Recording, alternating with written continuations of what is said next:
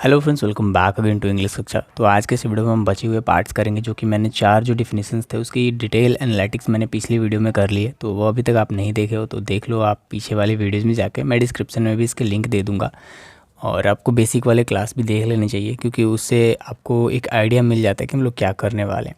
चलिए यहाँ पे 5th हम लोग देख लेते हैं, रिफ्लेक्सिव प्रोनाउन।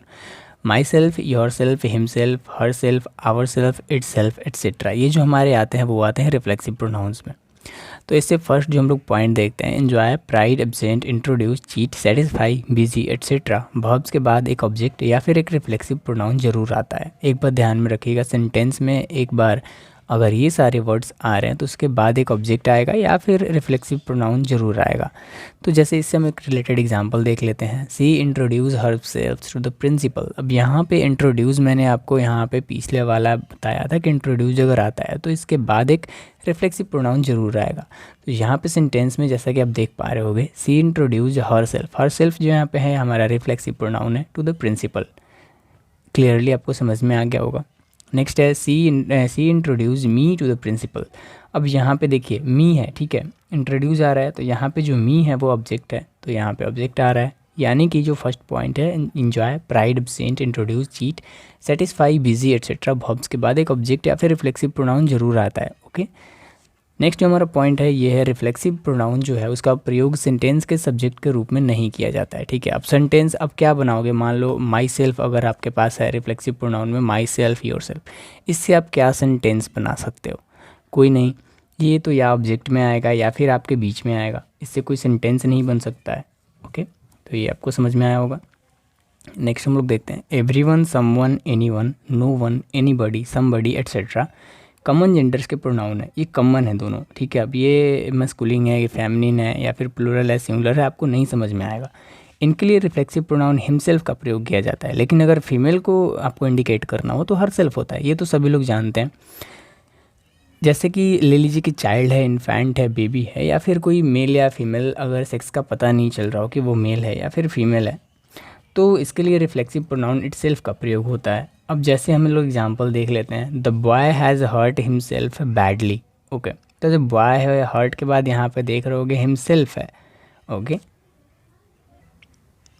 तो जैसा कि आपको दिख रहा होगा कि the boy has hurt himself, तो यहाँ पे हिमसेल्फ जो है ये यहाँ पे आएगा रिफ्लेक्सिव प्रोनाउन। देखिए, इनके लिए रिफ्लेक्सिव प्रोनाउन हिमसेल्फ का प्रयोग किया जाता है, जो कि अगर everyone, someone, anyone, no one, anybody, somebody etcetera अगर कॉमन जेंडर के प्रोनाउन होंगे तो उनके लिए रिफ्लेक्सिव प्रोनाउन हिमसेल्फ का प्रयोग होगा। अगर बॉय होगा तो, गर्ल होगी तो हर सेल्फ का प्रयोग होता है। ओके, तो इससे रिलेटेड आपको एग्जाम्पल तो समझ में आया होगा। नेक्स्ट हम देखते हैं इम्फैटिक प्रोनाउन सॉरी, एंड यहाँ पे आपको भी दिख रहा होगा, my self, your self, our self, okay, and her self, it self, them self आदि का प्रयोग जब सब्जेक्ट पर इम्फेसाइज करने के लिए किया जाता है तब ये इम्फैटिक प्रोनाउन कहलाते हैं।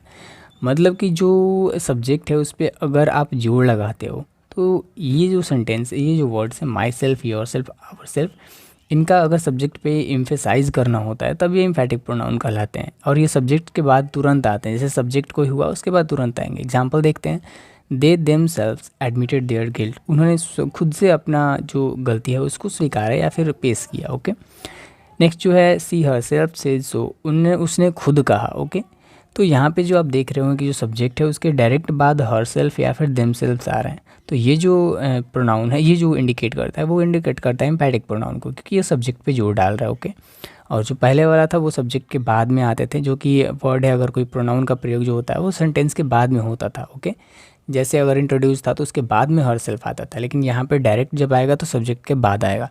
चलिए देखते हैं 7। तो 7 जो है हमारे पास वो है रिलेटिव प्रोनाउन। ये जो आप सीधे बोल सकते हो किसी को रिलेट करता है, जैसे हु, हुम, हुज, विच, दैट।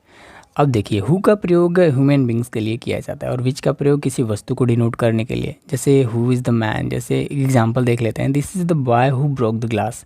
ये वही लड़का है, ये वो लड़का है जिसने ग्लास तोड़ा है। ओके, तो ब्रोक द ग्लास, तो यहाँ पे ये बॉय है, ह्यूमन बींग्स है, तो यहाँ पे उसका प्रयोग हु होगा। एंड अगर कोई निर्जीव चीज़ होगी यानी कि बुक, टेबल, ये सब होगा, तो देखिए इससे रिलेटेड एग्जांपल है, the book which is on the table is mine. Okay, तो यहाँ पे विच का प्रयोग हुआ। तो जो ह्यूमन बींग्स है उसके लिए हु का प्रयोग होता है, एंड जो अलग जो है जो ऑब्जेक्ट्स हैं उसके लिए विच का प्रयोग होता है। क्लियर? नेक्स्ट है that is also use for human beings object. That is यानी कि जो दैट है वो हमेशा ह्यूमन बींग्स और ऑब्जेक्ट के लिए दोनों के लिए यूज़ होता है। जैसे हम लोग बोल सकते हैं this is the boy that broke the glass. Okay, तो जो दैट होता है वो दोनों के लिए यूज़ होता है। नेक्स्ट जो हमारा पॉइंट है वो है हु विच का प्रयोग डिफाइनिंग या फिर नॉन डिफाइनिंग दोनों अर्थ में होता है। ठीक है, अगर जो ऑब्जेक्ट अगर डिफाइंड हो तो उसके लिए भी हु का प्रयोग होता है, और विच का भी प्रयोग नॉन डिफाइन दोनों के अर्थ में होता है। जैसे एग्जांपल इससे देखते हैं the horse which she bought is white, यानी कि जो घोड़ा उसने खरीदा है वो मतलब वाइट है, उजला है। ओके, नेक्स्ट एग्जांपल है I have bought a dog which is black. यहाँ पे देखिए I have bought a dog which is black, यहाँ पे भी विच आ रहा है एंड यहाँ पे भी विच आ रहा है।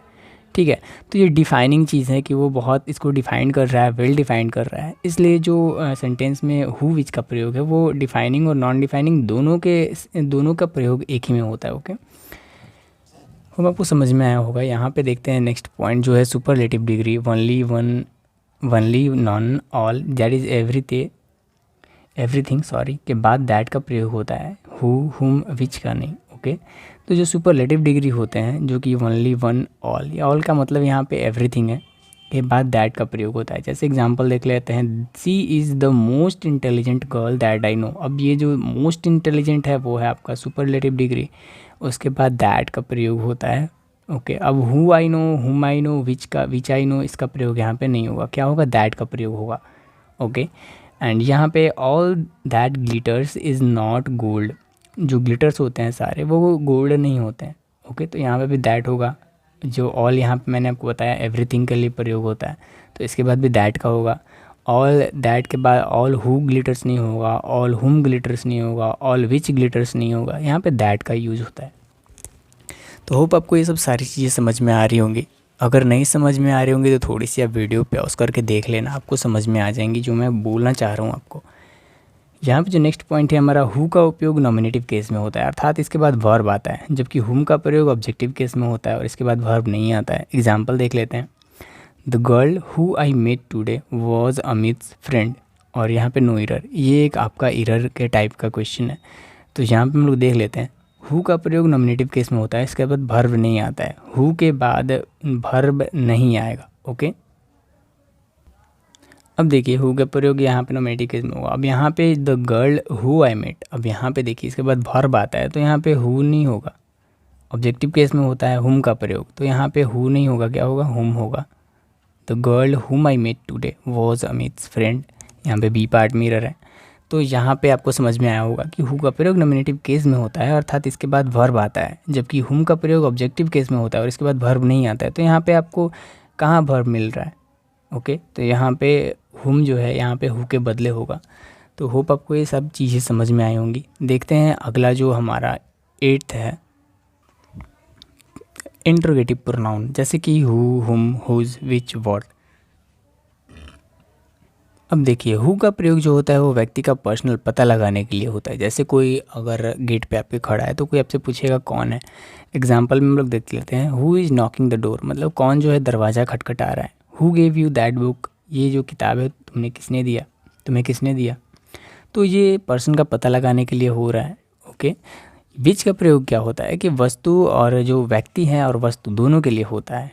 ओके, जैसे एग्जांपल हम लोग ले लेते हैं कि which is whose is this book, जैसे हम लोग बोल देते हैं, जैसे विच इज़ दिस पेन बोल दिए एग्जांपल में, या फिर which of this pictures do you like the most, मतलब इन दोनों पिक्चर्स में से आप कौन सा सबसे ज़्यादा पसंद करते हो। या फिर एक और एग्जांपल ले लेते हैं which of you has done this, मतलब तुम लोगों में से इसने किसने किया। तो ये भी व्यक्ति का पता लगाने के लिए किया जाता है, इसलिए दोनों के लिए होता है, वस्तु और थिंग, जिसका सिलेक्शन के लिए यानी कि चुनाव करना हो आपको दो चीज़ों के बीच में, जैसे तुमने और इसमें से लड़ाई किसने की सबसे पहले, तो अब दो लोगों का आप चुनाव कर रहे हो तो उसमें विच का प्रयोग होता है। अब देखिए यहाँ पे थर्ड जो हमारा पॉइंट है वो है प्रीपोजिशन के बाद हुम का प्रयोग होता है, हु का नहीं। अब कोई प्रीपोजिशन हो गया, जैसे बाई हुम was the glass broken, okay, तो यहाँ पे देख रहे होगे अब जो हुम का प्रयोग होता है प्रीपोजिशन के बाद, तो प्रीपोजिशन हमारे पास क्या है, बाई है, तो उसके बाद हुम का प्रयोग होगा, हु का नहीं होता है। By who was the glass broken नहीं होगा, बाई हुम वॉज द ग्लास ब्रोकन होगा। समझ में आया आपको। 9 देखते हैं एक्सक्लेमेटरी प्रोनाउन। एक्सक्लेमेटरी प्रोनाउन में एक्सक्लेमेशन मार्क होता है। जैसे आप अगर कोई सरप्राइजिंग हो गया, शॉकिंग हो गया, उस सब के लिए एक्सक्लेमेटरी यूज़ किया जाता है। सेंटेंसेस में भी आप पढ़े होंगे एक्सक्लेमेटरी सेंटेंस। देखिए व्हाट या etc होता है इसमें। जब इंट्रोगेटिव वर्ड व्हाट का प्रयोग आश्चर्य यानी कि सरप्राइज व्यक्त करने के लिए होता है तो वह एक्सक्लेमेटरी प्रोनाउन कहलाता है। जैसे what you don't know Sachin, मतलब क्या तुम सचिन को नहीं जानते हो। अब यहाँ पे जो है वो टोटली सरप्राइज कर रहा है आपको सेंटेंस के द्वारा, तो यहाँ पे एक्सक्लेमेशन, इसको हम लोग एक्सक्लेमेटरी प्रोनाउन बोलते हैं। तो व्हाट होता है और एक्सेट्रा और भी चीज़ें होती हैं इसमें।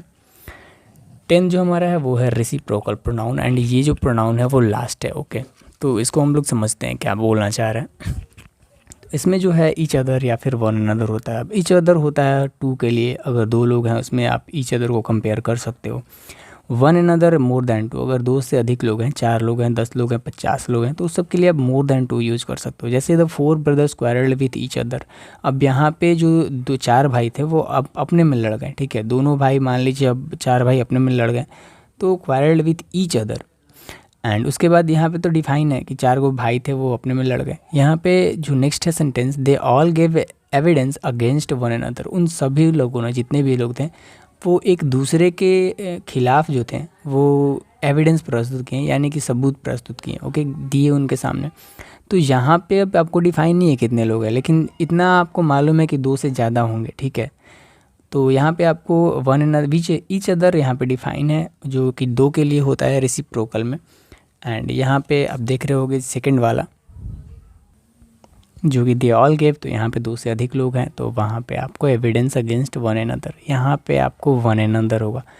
तो होप आपको ये सारी चीज़ें समझ में आई होंगी। आपको प्रोनाउन के जितने भी रूल्स थे उसको डिटेल वाइज मैंने समझा दिया। थोड़ा सा स्पीड मैंने आपको बताया स्पीड में, क्योंकि टाइम का थोड़ा सा प्रॉब्लम होता है।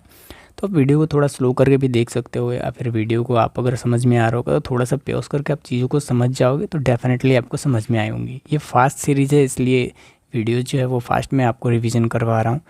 एंड उसके बाद आपको इससे ऊपर इससे क्वेश्चन से रिलेटेड मिलेंगे जो कि आपको एग्ज़ाम्स में डायरेक्ट देखने को मिलते हैं। तो वीडियो का वेट कीजिए एंड वो भी वीडियो बहुत जल्दी आएगा। तो वो भी वीडियो शूट हो गई है। उसके बाद मेरे पास वैसा सेटअप नहीं है कि मैं बोर्ड पे पढ़ाऊँ, या फिर मेरे पास ऐसा कैमरा भी नहीं है। तो जो मेरे पास है उसी के द्वारा मैं आपको पढ़ा रहा हूँ। होप एक दिन वो सब कुछ होगा, क्योंकि हम लोग बहुत आगे तक जाएंगे इस चैनल को लेकर। अगर चैनल पे आप नए हैं तो प्लीज़ चैनल को सब्सक्राइब कर लें, बेल नोटिफिकेशन को ऑन कर लें, क्योंकि जैसे ही कोई वीडियो आएगी तो आपको नोटिफिकेशन मिल जाएगी। Thank you so much for watching this video till the end.